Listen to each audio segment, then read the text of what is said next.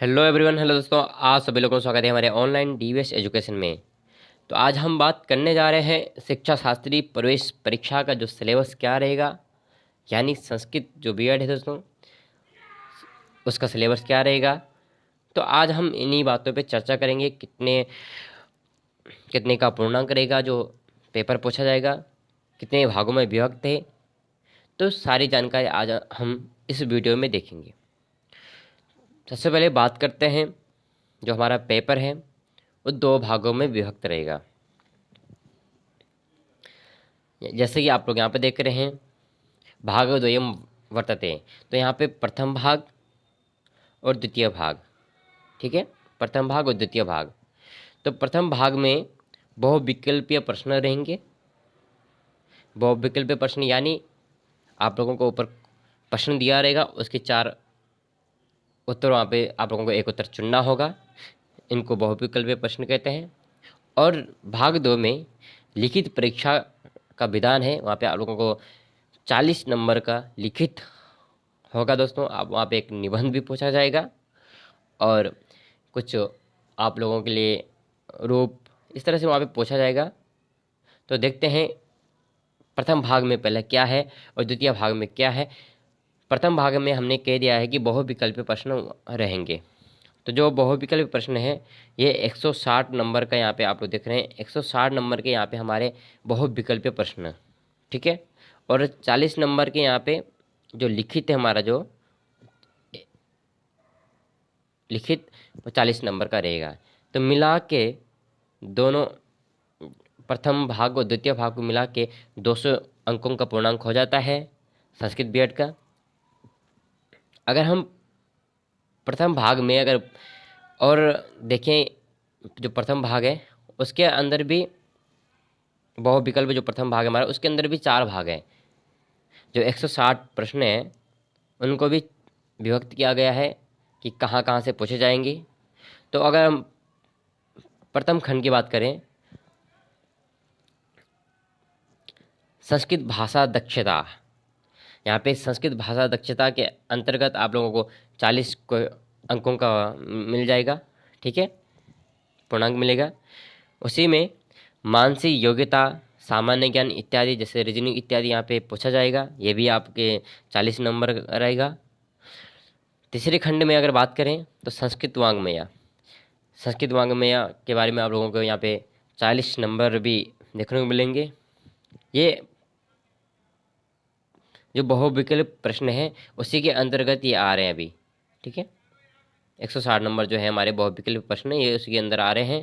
जो चतुर्थ खंड है यहाँ पे शिक्षणाभिरुचि ही, जो भी आप लोगों को यहाँ पे 40 नंबर को देखने को मिलेंगे, ठीक है। अब जो हमारा दूसरा भाग है, द्वितीय भाग है,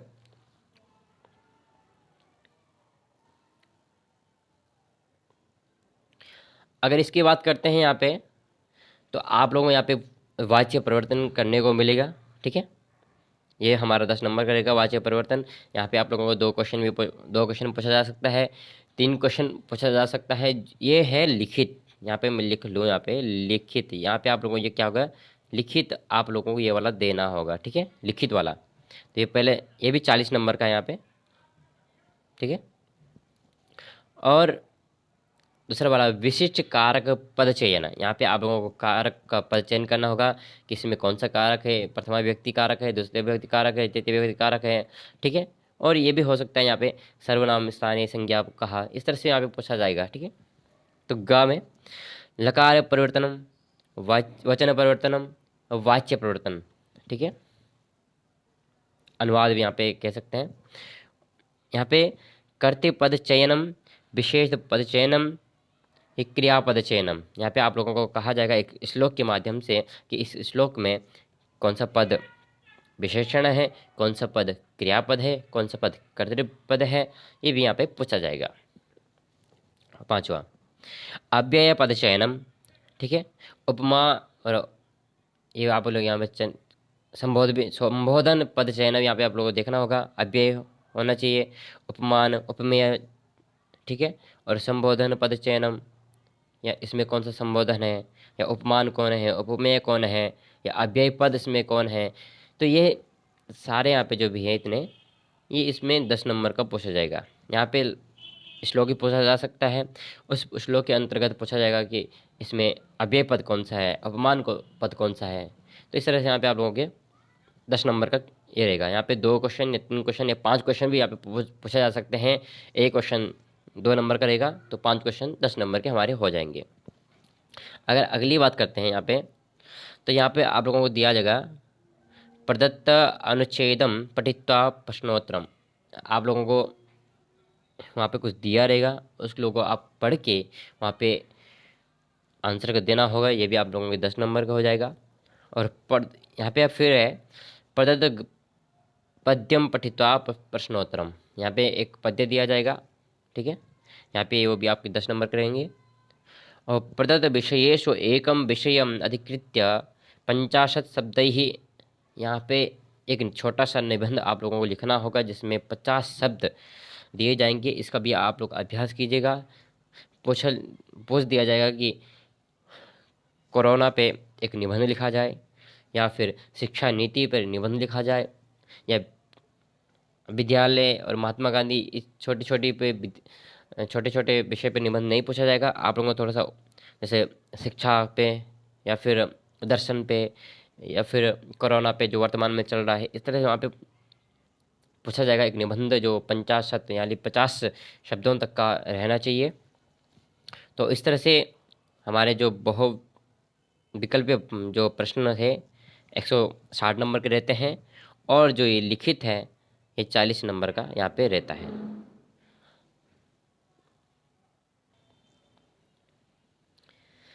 अगली बात यहाँ पे ये करते हैं कि जो हमारा संस्कृत भाषा दक्षता है, बहुविकल्प प्रश्न के अंदर जो हमारे प्रथम संस्कृत भाषा दक्षता है, उसके अंदर कौन कौन से हमको पूछा जाएगा, ये हमें पता नहीं है संस्कृत भाषा दक्षता के अंदर कौन कौन से विषय हैं। तो यहाँ पे हम बता देंगे संधि, यहाँ पे शब्द रूपाणी, धातु रूपाणी। शब्द रूप आप लोगों को याद होने चाहिए। अब यहाँ पे बताए नहीं गए हैं कि कौन कौन से शब्द रूप, आप याद कर लीजिए, ठीक है। धातु रूप भी यहाँ पे बताए नहीं गए हैं। तो और यहाँ पे प्रत्यय भी यहाँ पे है, प्रत्यय यहाँ पे बताए गए हैं। कृत प्रत्यय, आपत्यार्थक प्रत्यय, मतुप, वतुप और टाप, गीप और गीश प्रत्यय यहाँ पे बताया गया है प्रत्यय में। ये आप लोगों को यहाँ पे पढ़ना है।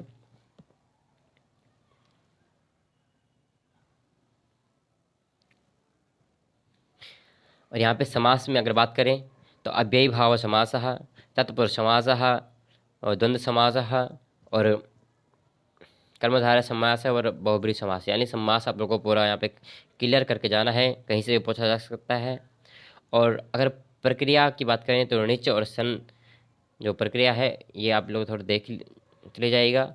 और वाच्य परिवर्तन आप लोग को करना है, अनुवाद, ठीक है, कर्मवाच्य में बनाना है, कर्तृवाच्य में बनाना है, भाववाच्य में बनाना है। इस तरह से आप लोगों को वहाँ पे संस्कृत भाषा के दक्षता के अंतर्गत आएगा।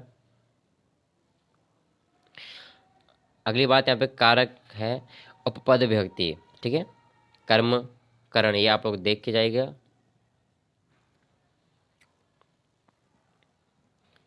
और संपदान विभक्ति और अपादान विभक्ति, अधिकरण विभक्ति।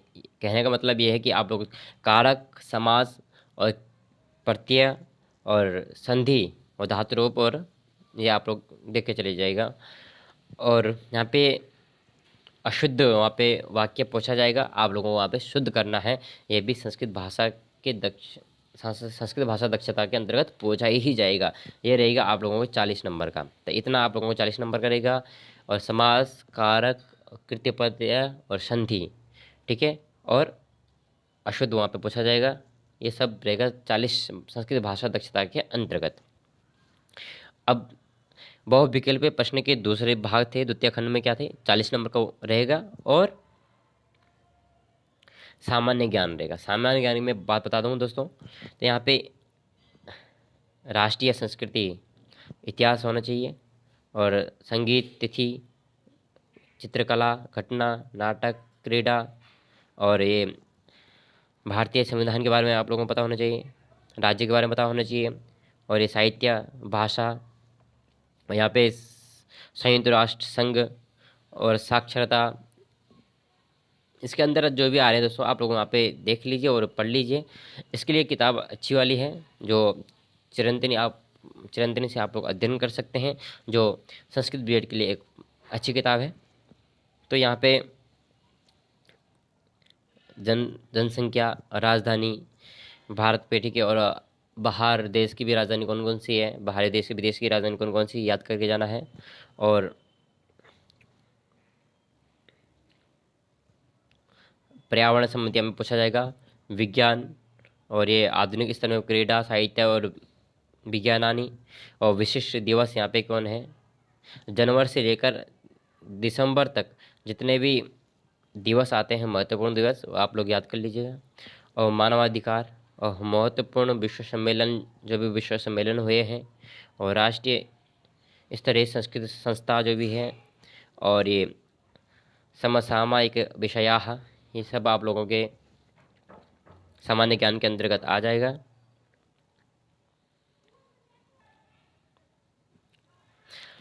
इसके बाद यहाँ पे अगर हम लोग मानसिक योग्यता की बात करते हैं, ये भी 40 नंबर का रहेगा।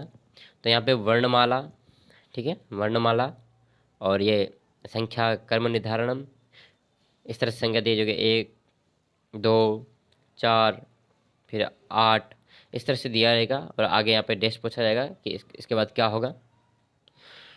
और अवरोह आरोह क्रम होगा कि अवरोह आरोह क्रम में लगाया जाए। और यहाँ पे समय, दिन, बार और होरा यहाँ पे दिया जाएगा। और दर्पण, एक यहाँ पे टाइम दिया होगा इस तरह से, और यही टाइम दर्पण में क्या होगा, इस तरह से पूछा जाएगा। और ये आकृतयः, और कार्यकारिणी अंश पूर्णस्य, आधार आधेय संबंध हो जाएगा। जितने भी यहाँ पे जो मानसिक दक्षता योग्य रीजनिंग के अनुसार यहाँ पे गणित भी पूछा जाएगा। तो आप लोग इनको करके जाइए वहाँ पे।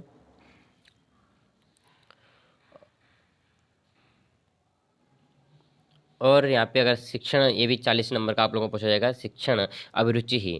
तो यहाँ पे शिक्षक का उद्देश्य क्या है, शिक्षक गुण क्या है, सिद्धांत क्या है, अनुशासन क्या है, और शिक्षण वृत्ति क्या है, कक्षा प्रबंधन क्या है, और शिक्षक का भूमिका क्या है, शिक्षक है उसकी भूमिका क्या रहेगी कक्षा में, शिक्षण का उद्देश्य क्या है, प्राचीन शिक्षा कौन कौन सी है, गृह शिक्षा, गृह कार्य, शिक्षा प्रति चेतना, और शिक्षा आयोग है, ठीक है।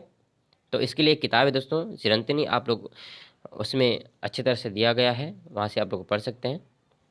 फिर भी डाउट होते हैं तो आप लोग कमेंट कर सकते हैं कि सर इसमें प्रॉब्लम है, इसको थोड़ा सा बता लीजिए। तो आप लोगों को ये सुविधा दी जाएगी, यहाँ पे आप लोगों को उपलब्ध करवाया जाएगा, ठीक है। शिक्षा मनोविज्ञान के बारे में, और थोड़ा सा यहाँ पे शिक्षा या इतिहास, शिक्षा का क्या इतिहास है, कहाँ से शुरू हुई, इस तरह से यहाँ पे क्वेश्चन पूछा जाएगा। तो इसमें घबराने की कोई बात नहीं है। यहाँ पे समावेशी शिक्षा है। और इसके बाद संस्कृत वांग्मय की अगर बात करते हैं दोस्तों, ये भी 40 नंबर का है हमारा, संस्कृत वांग्मय और वैदिक वांग्मय। और यहाँ पे जो ब्राह्मण ग्रंथ होते हैं, आरण्यक होते हैं, इनको पढ़ना होगा, उपनिषद पढ़ना होगा, दर्शन पढ़ना होगा, पुराण पढ़ना होगा, रामायण महाभारत महाकाव्य जो भी है, और कवि और नाटक, ठीक है, कौन सा कवि ने कौन सा नाटक लिखा है। और यहाँ पे जो चंपू काव्य है, चंपू काव्य पढ़ना होगा। और ये जो आधुनिक रचना है, आधुनिक रचना भी आप लोगों को पढ़ना होगा, और रचनाकार भी उनके याद करना होगा। तो ये आपके रहेंगे 40 नंबर के। तो अभी ये हमारे 160 नंबर के हो गए हैं, ठीक है। 40-40 के हैं, तो 40-40 के हमारे 4 हो गए हैं। तो 160 हो गया है, एक शिक्षण अभिरुचि हो गया, और सामान्य ज्ञान वाला हो गया, और संस्कृत भाषा दक्षता वाला हो गया, ठीक है। और यहाँ पे जो हमारे लिखित है, लिखित की में पूछा जाएगा यहाँ पे 40 नंबर का। तो यहाँ पे आप लोगों को वाच्य प्रवर्तन, और विशिष्ट कारक पदचयनम, लकार पदचयनम, और कर्तृ पदचयनम, उसमें पूछा जाएगा। तो इस तरह से यहाँ पे ये जो आपका सिलेबस है कंप्लीट होता है। यहाँ पे लिखित के लिए मैंने पहले भी बता चुका है, तो यहाँ पे यही है 50 मतलब 50 शब्दों तक का एक आप लोगों को निबंध लिखना होगा, किसी विषय वहाँ पे दिया जाएगा, एक विषय आपको पेपर दिया जाएगा वहाँ पे, ठीक है। तो आप लोग समझ गए हैं, यहाँ पे 2 पेपर पूछे जाते हैं, और दोनों पेपर जो है एक 40 नंबर का रहेगा, एक 160 नंबर का रहेगा। और जो बहुविकल्प प्रश्न है उसके अंदर भी 4 खंड हैं। तो 4 खंड में प्रथम खंड और द्वितीय खंड, तृतीय खंड, ये चतुर्थ खंड, ये चारों हैं 40 नंबर के पूछे जाते हैं। जैसे संस्कृत वांग्मय, शिक्षण अभिरुचि, सामान्य ज्ञान, इस तरह से जो है ये 4 खंड हो जाएंगे। तो आप लोग समझ गए होंगे कि किस तरह से यहाँ पे संस्कृत बीएड का जो सिलेबस है, शिक्षा शास्त्री का जो प्रवेश परीक्षा का जो सिलेबस है, किस तरह से पूछा जाता है। फिर भी आप लोगों को डाउट लगता है तो आप कमेंट कीजिएगा, ठीक है। तो समझ गए आप लोग। अगर इसके अंतर्गत कोई समस्या आती है तो आप लोग कमेंट जरूर कीजिएगा, ठीक है दोस्तों।